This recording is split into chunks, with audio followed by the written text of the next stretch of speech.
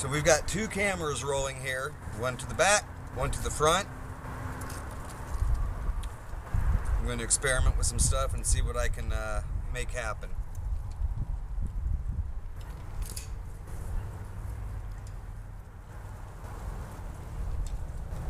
One is with, of course, that's the new camera. That's the old camera. Still putting both of them to use.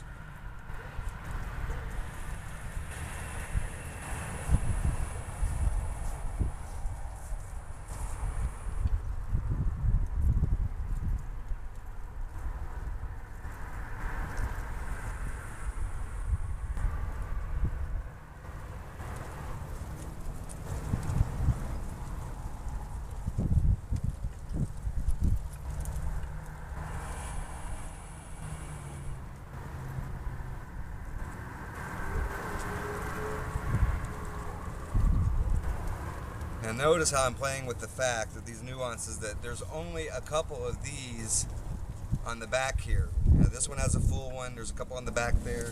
Got one over there that's missing one too, unfortunately. So we had to order some new ones online because these poor old ones have taken a beating.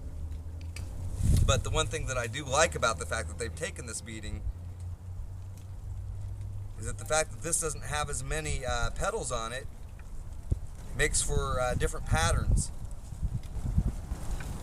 You can easily rock it back and forth, cause it to go pretty fast, but as you're making it go pretty fast, you're causing these wobble effects. That's also bringing in wobble effects into this area right here and all around, okay? So I'm using this energy here to spawn into that. See? Turning this one, yet this one's turning. We got a couple of good examples of that yesterday on tape with Daniel and Kyle.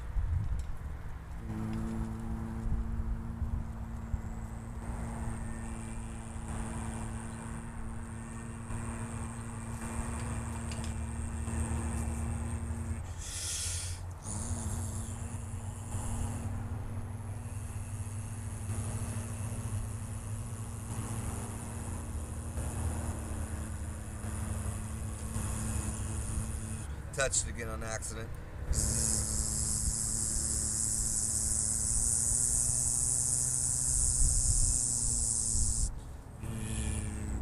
But at least I'll tell you that I did that, so. Because it does me no good to pass something off as real that isn't real. It does me no good. Oh.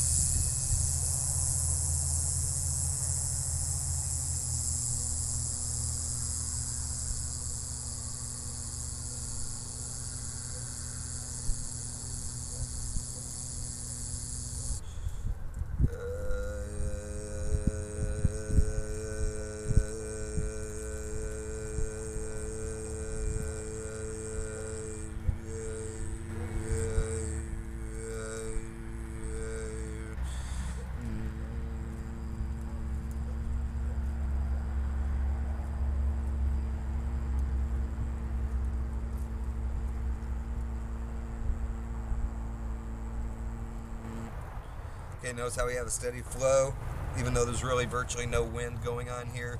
These are in the constant state of, okay? I went out into my little trancy thing for a little bit, and they pretty much went evenly, non-stop. Despite the fact that there really wasn't any currents or anything like that. Okay, that's the magnetic portions of everything that I'm doing.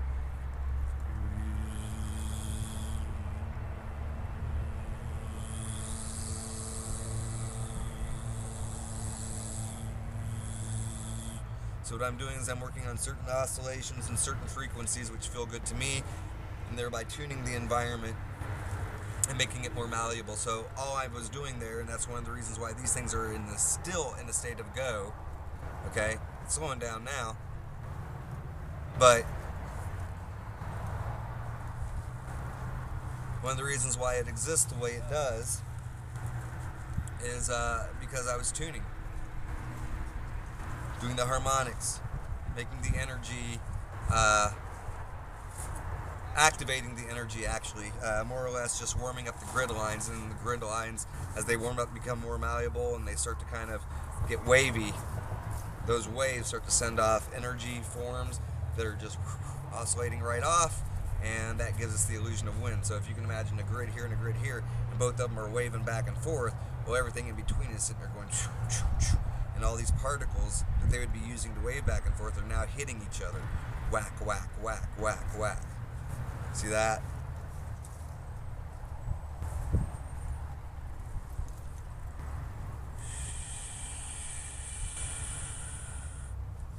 So,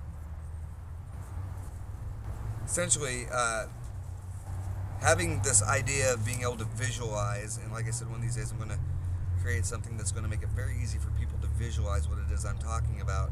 But initially, for these videos, getting people to visualize and understand what it is and how they can tap in really quickly to ambient energy, okay?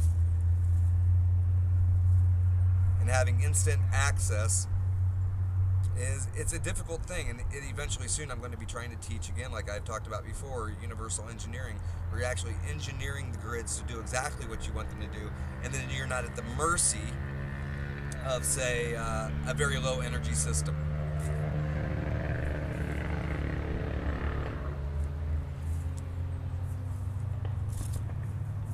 So look here how these simple movements, we've done this in other videos, but you can see how all these little simple movements are creating these accesses. And as you see, to get that to go and spin faster, I didn't even have to crank up or shoot a bunch of energy in. I just did it.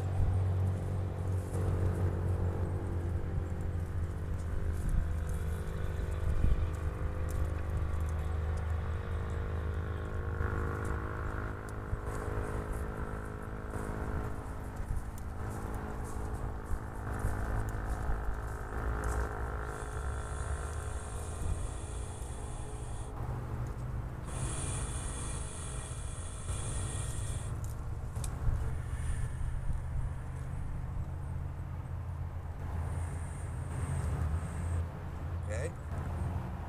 See this?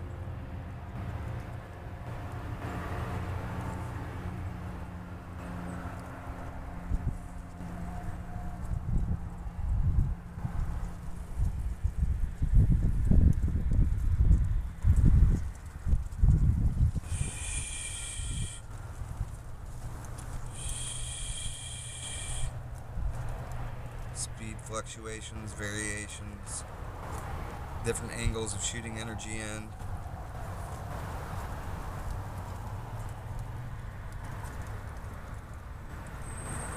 Ways of getting extremely fast, turbulent effects, as we've seen in many videos. Ways of getting really slow and extremely methodical effects. See?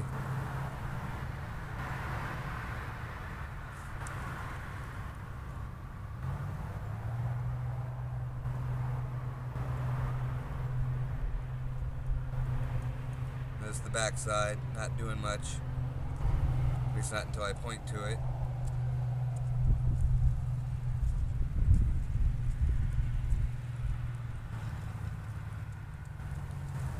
Okay. Coming up like that, slowing it down, returning again, oops, making everything speed back up. There we go. It's the third time I've touched that thing. So, what we're going for is exact, precise effects. Because personally, I see no reason to do this unless that's exactly what you're going for. If you're really wanting to use your energy, the person who wants to use his energy is going to really know how the energy is, like what every single move and how much energy that they're moving at all times. So that way they're not draining themselves, and that way they know that every action that they take, they're using X amount of energy to make it occur.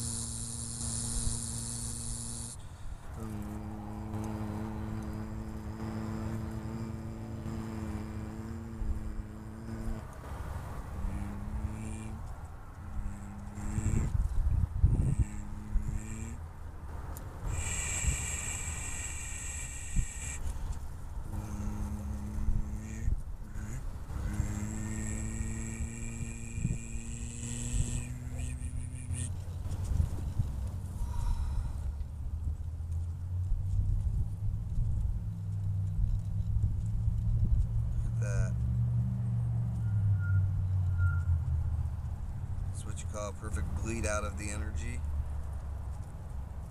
And then moving it right back through the same channels that you just bled it out from.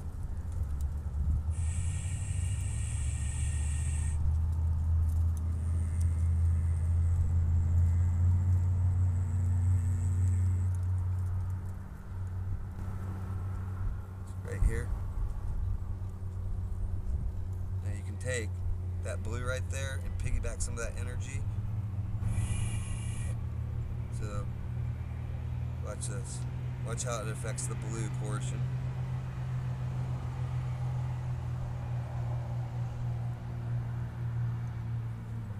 Okay. Oops. I actually touched it for a second. 1 second.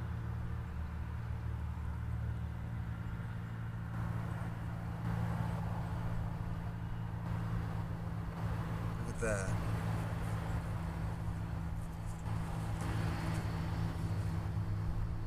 You see? Get used to seeing one thing,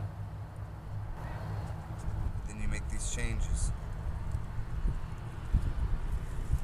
See?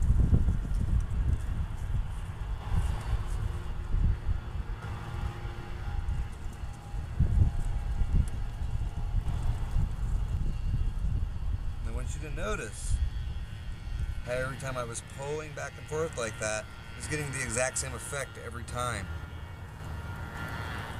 I didn't stop and start the back end of it until I wanted it. Until I wanted to see that roll fast.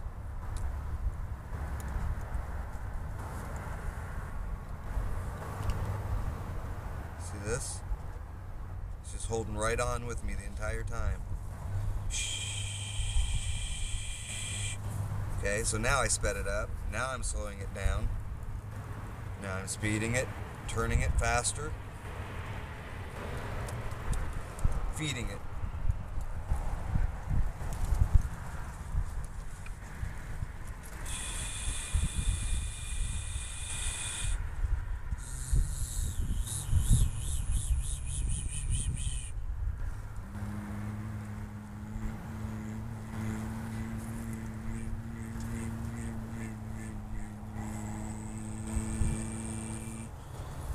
Being in complete harmony with them.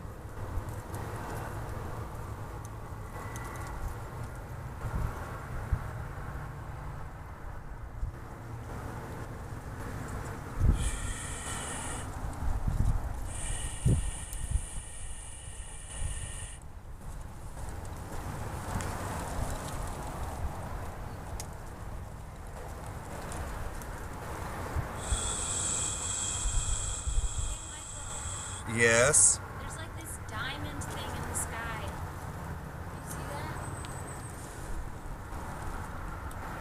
that? Yep. It's odd, right? Yep. Give me a minute. Oh wait, maybe I was looking at something different. I'll see you in a second.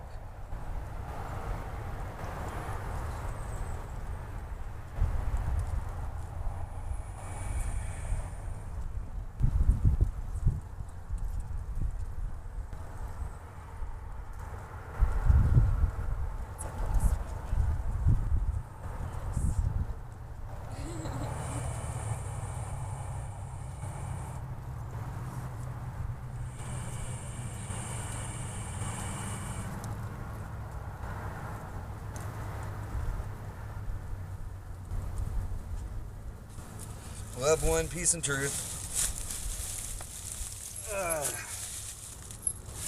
This was fun.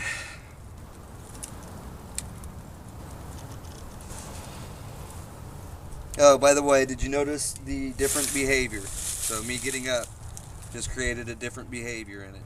Okay. So this is the last of me doing anything for this evening.